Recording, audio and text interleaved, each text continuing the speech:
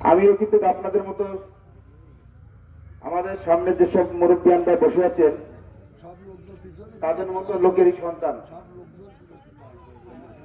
আমিও কিন্তু একজন গরিব মানুষের সন্তান। এক পাশে পান্তা ভাত রাখেন, আমার পান্তা ভাত খেতে কিন্তু ভালো লাগে কাঁচামরিচ দিয়ে। যাই হোক, আপনাদের মাঝে এসেছি। মাননীয় পুলিশ সুপার যখন আমাকে দায়িত্ব দিয়েছেন, একটি কথা বলেছেন, তালা উপজেলায় সুশাসন প্রতিষ্ঠা হবে, তার জন্য যা যা করণীয় আমাকে তাই করতে হবে। সুতরাং ইতিপূর্বে একবার এই অনুষ্ঠানে এসেছিলাম, এইখানে একটি ক্রিকেট টুর্নামেন্ট হয়েছিল, এসেছিলাম। আমাকে গতকাল যখন আকরাম ভাই, সরি আসলে কেন ওনার বাবাকেও ভাই বলি, ওনাকেও ভাই বলা হয়ে যায়, এটা আমরা পরে আলোচনার মাধ্যমে সমাধান করে নেব।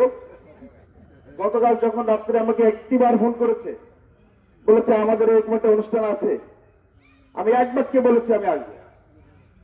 এবং আপনারা জানেন আজকে উপজেলাতে আইন শৃঙ্খলা বিষয়ক আলোচনা ছিল, সেখানে সকলেই থাকে উপজেলার। আমি সেখান থেকে মিটিং শেষ করে জোহরের নামাজ শেষ করে নাকে মুখে খেয়ে আসরের নামাজ আজানের আগেই পড়ে এখানে চলে এসেছি। আমি সকল জায়গায় যেখানেই জনসমাগমের মধ্যে একটা অবস্থান থাকে চেষ্টা করি সেই জায়গায় আমি প্রবেশের। কেন বলি? আপনাদেরকে আমি কিছু মেসেজ দেওয়ার জন্য বলি। আমরা এই সমাজে বসবাস করি, আমাদেরই সন্তানরা আইন বিঘ্নকারী কর্মকাণ্ডের সাথে যুক্ত আছে। অল্প কিছু লোক, কেউ দেখবেন অনলাইন জুয়া খেলে, কেউ দেখবেন যে একটু আড়ালে অন্তরালে মাদক সেবন করে অথবা মাদক বিক্রয় করে, কেউ দেখবেন মেয়ের বিয়ের বয়স হওয়ার আগেই বিয়ে দিয়ে দিচ্ছে। হচ্ছে না এরকম? হচ্ছে এই সমাজে হচ্ছে। সুতরাং এই আলোচনা করলে মানুষও সচেতন হয়, আমার নিজের আইনটাকে কন্ট্রোল করতে একটু সুবিধা হয়, সহজ হয়। কারণ আমরা একটি কথা ভাবি, আমরা ন্যায়ের পক্ষে থাকবো, অন্যায়ের বিরুদ্ধে প্রতিরোধ করে তুলব। এটাই হবে আমাদের লক্ষ্য, এটাই হবে আমাদের উদ্দেশ্য। সমাজে কোনো ধরনের বিশৃঙ্খলা থাকবে না, সম্পূর্ণরূপে আইনের সুশাসন প্রতিষ্ঠা করতে হবে। এই করার লক্ষ্যে আমার যত ধরনের শক্তি প্রয়োগ করার দরকার আমি ঠিক ততটুকুই করব। এর একটু কমতে হবে না, বাড়তি হবে না। আপনারা আপনাদের সন্তানরা কোথায় যাচ্ছে, কার সাথে চলাফেরা করছে, কিভাবে মিশছে, সমাজের কোন ধরনের আইন শৃঙ্খলা বিঘ্নকারী কর্মকাণ্ডের সাথে যুক্ত আছে কিনা, এইগুলো একটু খতিয়ে দেখবেন। যদি তারা থেকে থাকে তাদেরকে আজকের থেকেই নিজ বাড়িতে যে আপন মহিমায়, যে ভাই দেখছিলাম একজন ওসি এসেছে, সুতরাং তোমাকে ভালো মতো চলতে হবে, তিনি কিন্তু অন্যায়ের প্রতিরোধ করে, কখনো অন্যায়ের সাথে আপোষ করে না। সুতরাং হয় তুমি ওই ভালো খারাপ পথ পরিহার করে সোজা পথে আসো, তা না হলে তোমার ব্যবস্থা কিন্তু তোমাকেই করতে হবে। উনি কিন্তু ধরলে আর ছাড়ে না।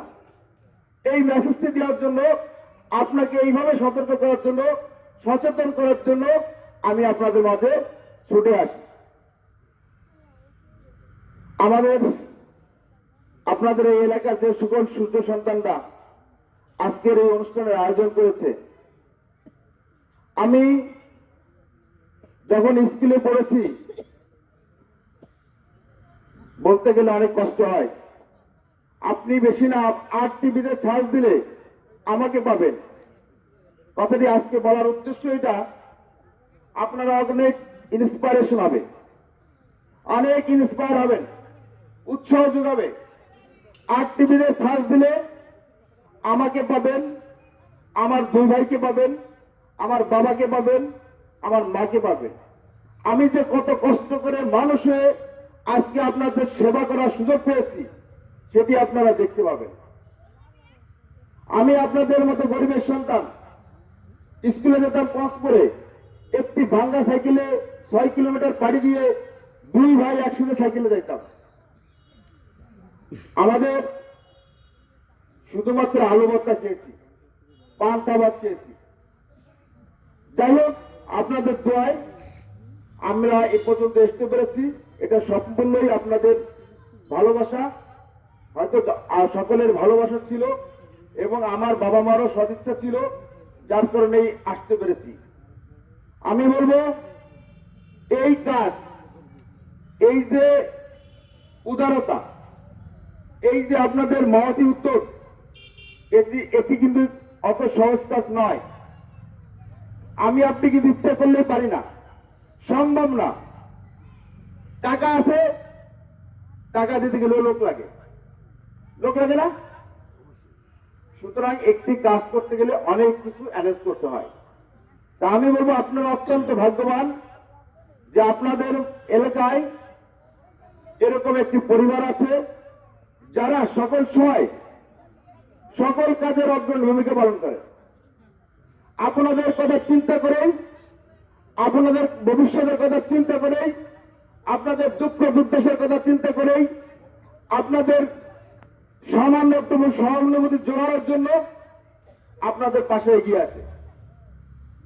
তা তারা যদি এত বড় একটা মহতী উদ্যোগ করতে পারে, আমি ওসি হিসেবে তারা একটা 10 মিনিটের জন্য আসতে পারি না? এটা কি আমার জন্য কষ্টদায়ক? মোটেই না। সুতরাং আমি মনে করি এই মহতী উদ্যোগ আগামী দিনে আপনাদের মাঝে আরো ব্যাপক প্রসার লাভ করবে।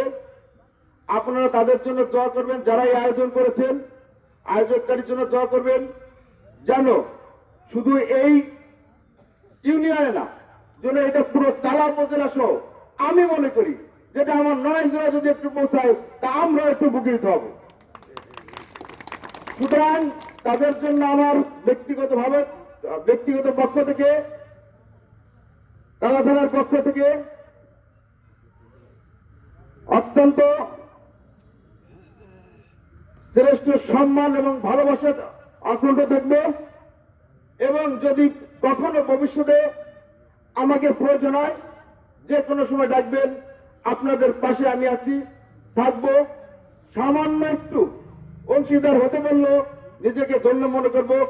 সর্বোপরি আপনারা যারা উপস্থিত হয়েছেন তাদের ধন্যবাদ দিয়ে, তাদের কৃতজ্ঞতা বোধ জানিয়ে, এই আয়োজককারীকে ধন্যবাদ জানিয়ে আজকের মতো বিদায় নিচ্ছি।